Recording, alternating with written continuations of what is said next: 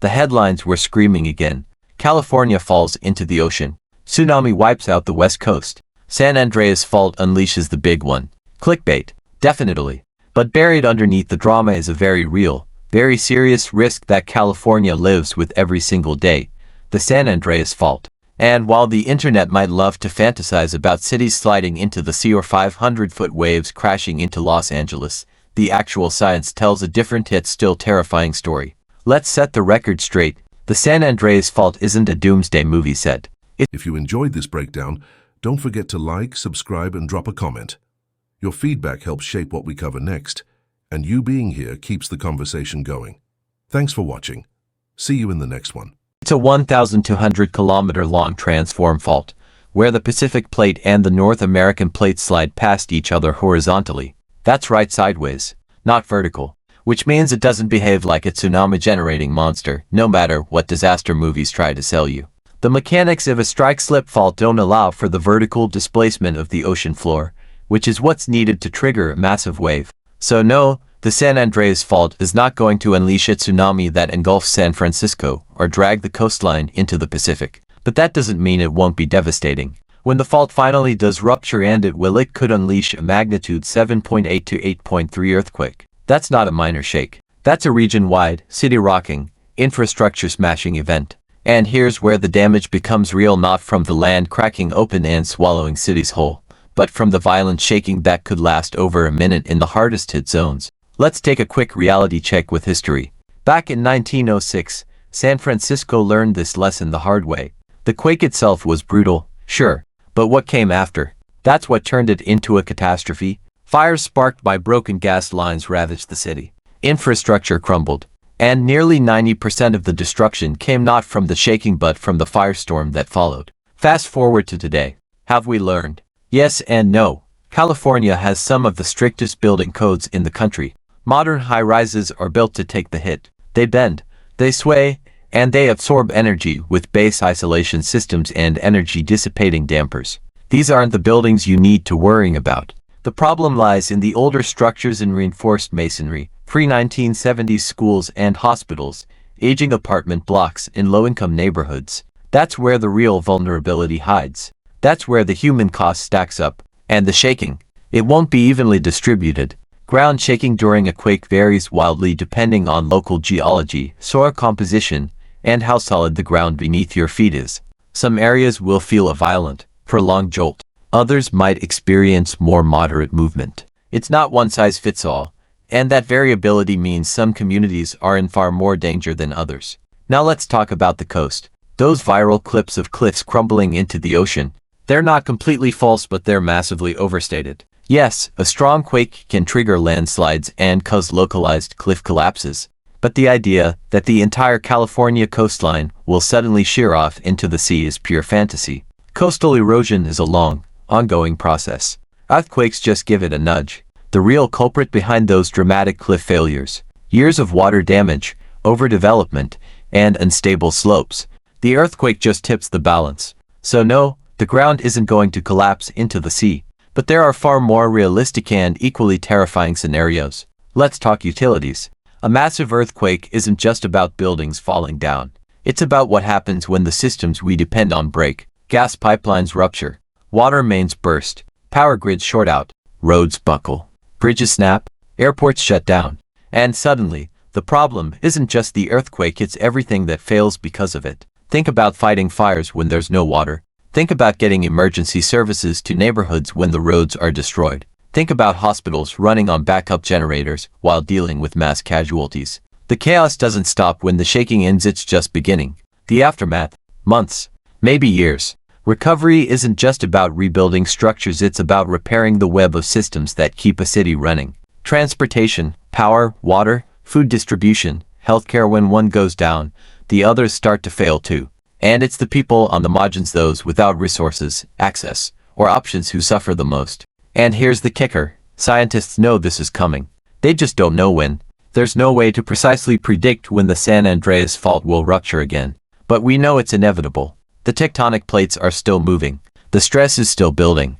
It's not a question of if, it's only when. And yet, even with all the science, all the models, all the planning, we're still focusing on the wrong threats. The myth of the tsunami, the fantasy of coastal cities vanishing overnight, the obsession with skyscrapers crumbling like Jenga towers, none of that is backed by science.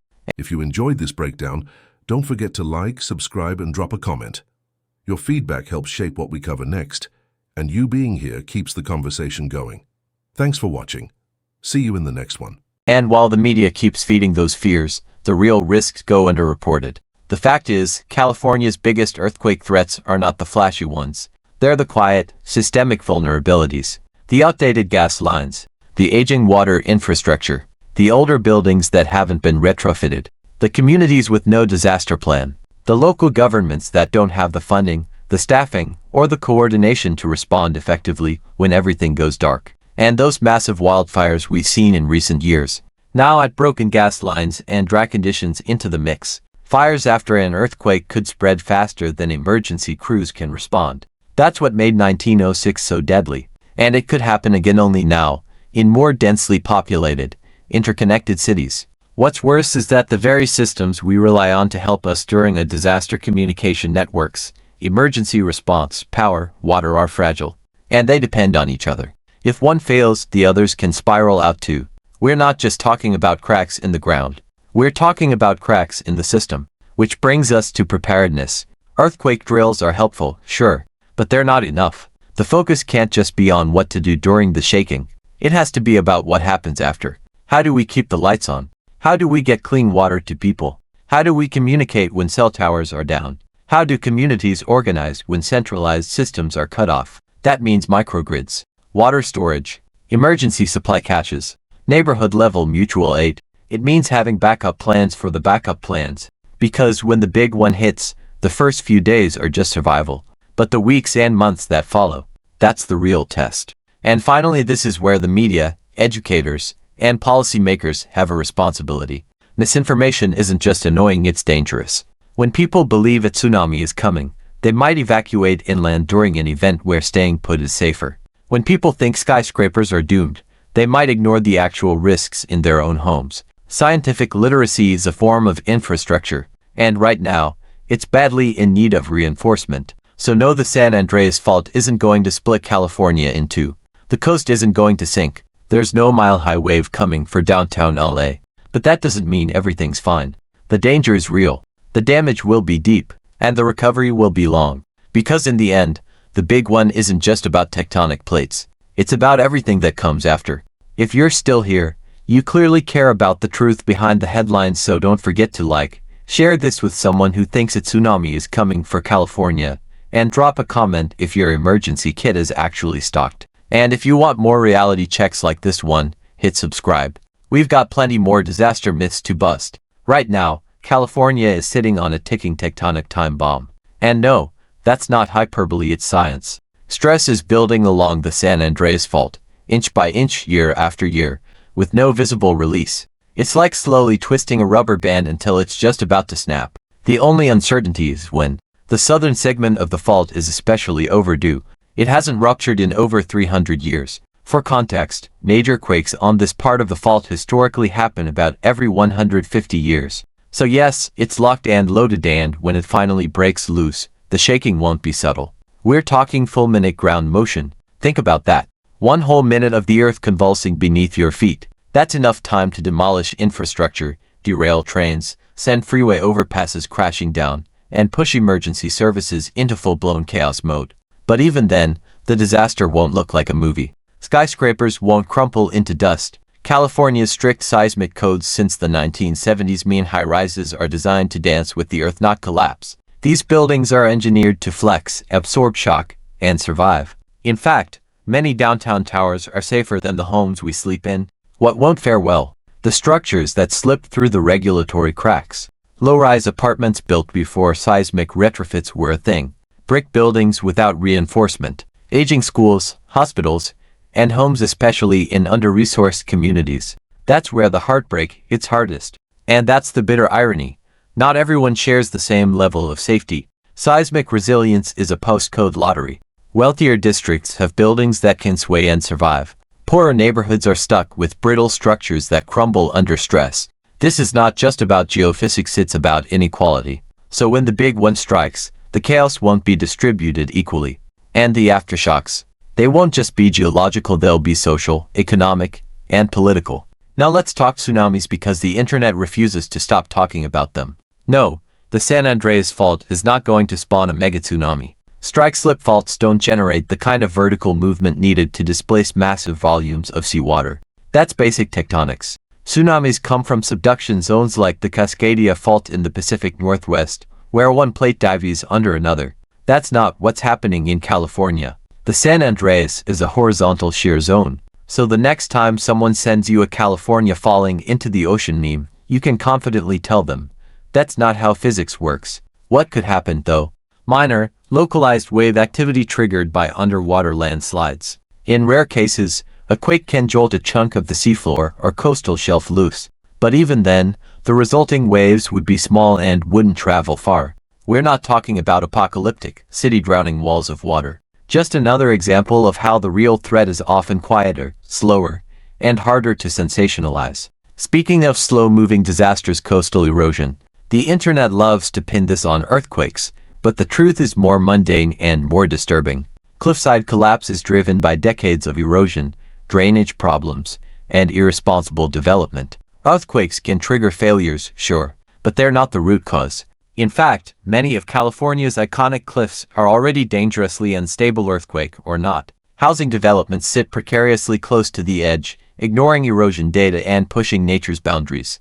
It's a slow-motion disaster waiting for a final nudge. And yet, the media still prefers scenes of the ground cracking open or the coast disappearing into the abyss, because that's easier to dramatize than the truth. Poor land use policy, bad planning, and climate-amplified degradation. But let's pivot to what really makes these disasters deadly: the domino effect. The San Andreas Fault doesn't need to kill thousands in the first 60 seconds. It just needs to tip over the first tile. Fires from ruptured gas lines can spread rapidly, especially in dry conditions. If the water supply is compromised, and it almost certainly will be, those fires burn unchecked. Think about the wildfires we've seen in California over the past decade. Now add a massive earthquake to the mix, snapping gas mains and disabling hydrants. Fire following earthquake isn't a hypothetical, it's a historically proven killer. In 1906, fire destroyed most of San Francisco. Today's urban sprawl and aging utility lines could make things even worse. And that's not all. Roads and bridges can fail, cutting off emergency responders. Power can go out for days. Cell towers can fall, leaving people in an information blackout. Hospitals can be overwhelmed or damaged themselves. Grocery stores, closed. Supply chains, frozen. Airports, shut down. This isn't a one-day crisis. It's the beginning of a long, hard recovery. That recovery hinges on more than FEMA and city planners. It's about community-level resilience, mutual aid, decentralized systems. Because the people who fare best in these disasters aren't the ones with the biggest bunkers, they're the ones with strong local networks, shared resources, and flexible infrastructure. This is where the conversation about preparedness gets real. Earthquake drills are good, but they focus on the first few minutes. What about the first few weeks? How many people have water stored, backup power, medication, communication plans, and not just for themselves but for their neighbors? Because when the systems fail, survival becomes local. And right now, too many communities are under-resourced and overlooked. Another overlooked issue: scientific literacy. It's not just a classroom problem, it's disaster infrastructure. When people don't understand the actual mechanics of a fault line, they panic over the wrong things. They focus on tsunamis instead of water purification. They evacuate when they should shelter in place. They trust viral videos over geological reports. This confusion isn't harmless. It distorts funding priorities, shapes bad policy, and misleads millions. Media outlets chasing clicks feed into this cycle, prioritizing spectacle over accuracy. And the result? A population that's underinformed, misinformed, and totally unprepared. Let's be clear, no one can predict the exact moment the San Andreas will rupture, but we know it's coming, and we know what kind of damage it will cause. We even know which areas are most vulnerable. What's missing isn't data, it's willpower. It's investment, it's communication, it's coordination across city lines, county lines, and socioeconomic lines. Because earthquakes don't care about your zip code but your chances of surviving one might. That's the uncomfortable truth. Preparedness isn't sexy. It's not dramatic. It doesn't trend. But it's the only thing standing between a bad day and a mass catastrophe. And the kicker? The cost of preparing now is a fraction of the cost of recovering later. So while the headlines may be ridiculous, the underlying issue is deadly serious. The San Andreas fault isn't going to swallow California whole, but it will test everything we've built physically, politically, socially. The danger isn't just in the shaking. It's in the cracks it exposes, in our infrastructure, our policies, our priorities. And when that day comes, the ground won't be the only thing that fractures. Let's not sugarcoat it. When the San Andreas fault finally goes, we're going to find out real fast which systems were built to survive, and which ones were just hoping for the best. And the answer? A lot of them are hoping. Because here's the reality. This isn't just a natural disaster, it's a full-body stress test for the state of California. Every bolt in the grid, every law on the books, every budget cut, every piece of aging infrastructure, it all gets graded instantly.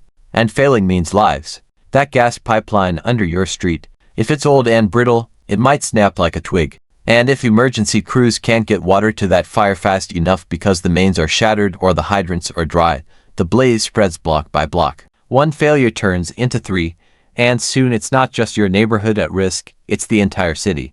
And that's not fear-mongering. That's historical precedent. In 1906, when San Francisco shook, the fire did the rest of the damage. Not because people didn't try, but because the systems were never.